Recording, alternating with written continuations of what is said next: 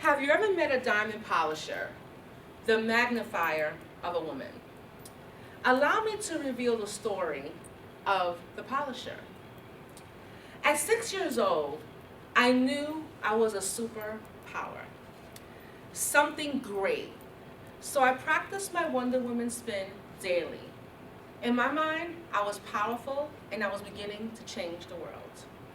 I recognized living in my truth was an essential part of loving the diamond I could become. This was not a moment of mediocrity, an essential part of me being whom I was destined to become. There were no words to express my desire, but my motivation was mine. Despite my circumstances, I remained motivated.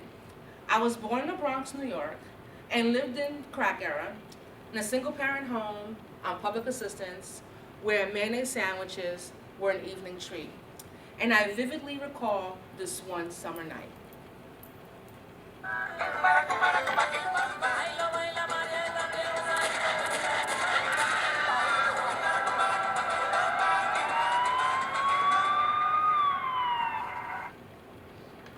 I remember I was 16 years old, working at Woolworth. I was invited to the annual holiday party. I was nervous and way out of my league. My mother told me one thing: watch the white woman who looks like she has the most money and do exactly what she does.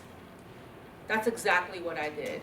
From salad fork to coffee spoon, that woman didn't realize she was polishing this Latina diamond.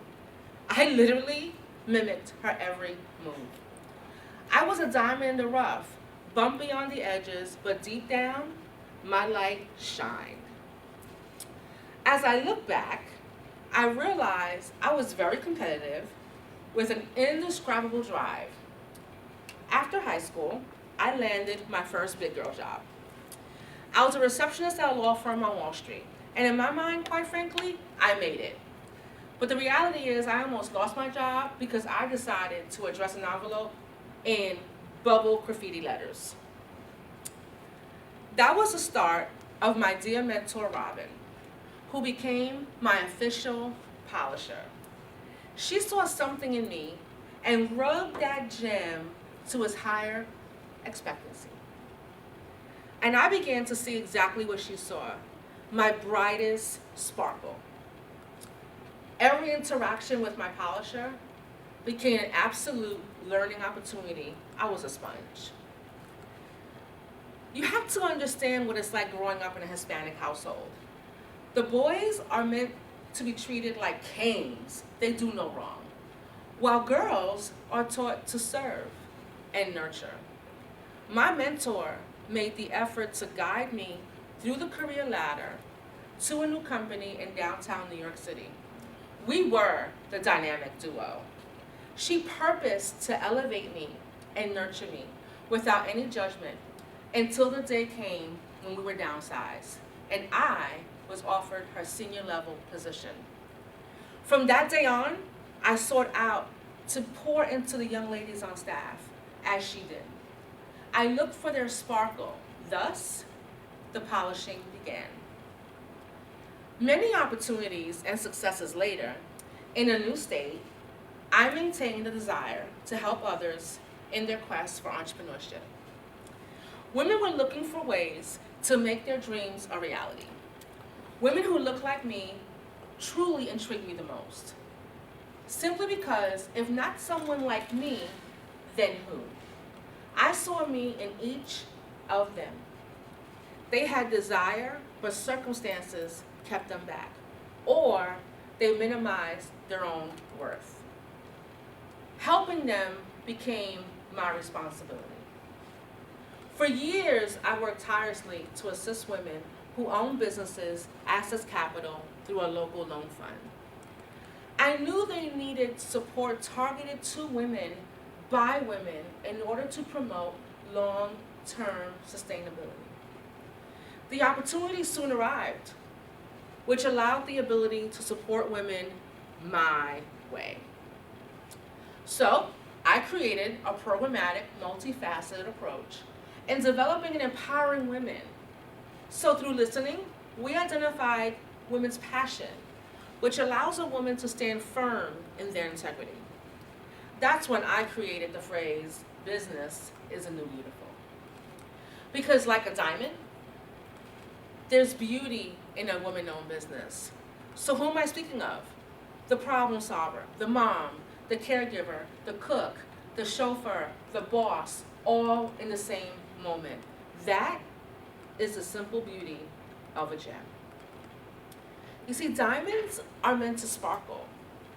Its shine endures for decades. Interesting enough, the gem which is most desired, most valuable, and in many cases shared with generations, can also be unappreciated and undervalued. She will demonstrate the most amazing energy. And it's my mission to multiply that feeling because of the enormous gratification I receive. In an average week, I meet with 25 women. Half of them cry in disbelief and awe because their dream is a business plan away. Or listen to stories of rape, drugs, and domestic violence. Can you imagine how that feels? For this polisher, that's my fuel that allows me to nurture and ensure every woman I meet always leaves with a renewed sense of purpose. May we agree that purpose moves one to greatness? Purpose feels good, but little do these women realize they're polishing me in that process. Polishing creates a phenomenon that in return creates its own momentum and multiplies success in an exponential manner. The diamond is the woman who in 1 year obtained 100+ hours of business training to make her dream a reality despite cancer and career transitions. You see, women don't want a pass or a favor. They want success. They want to be their best. Women are starting businesses at an astronomical rate. According to the National Women's Business Council, 1,200 businesses are started a day by women. We are creating jobs, and we're shifting the role model as breadwinners. Society, in some cases, doubt their contributions. And in some cases, they're categorized as a hobby or something temporary. But the government came along and created a special label for these women. Women-owned and disadvantaged. Who wants to be labeled disadvantaged when they're a diamond? And certainly not if you're this diamond, a 7-year-old businesswoman who elects to engage in all social media platforms and adapts modern techniques to her company and nails it. I say, welcome, Ms. Profit.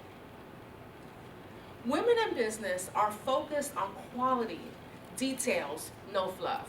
This diamond maintains a high standard in her business while working a full-time job. This cleaning girl is the breadwinner at home while managing a quite impressive balance sheet. While being battered and beaten for 21 years, she now holds a master's degree and teaches fathers how to be exceptional role models to their children and their families. This mediator has taken a problem and turned it into revenue. This airman, who's received the veteran business certification, who uses her training to employ workers for her remodeling company. This attorney, as a single parent, paid her way through law school, who now 10 years later is a premier bilingual lawyer in the state, who predominantly, may I add, employs women. Clearly, she's a polisher herself.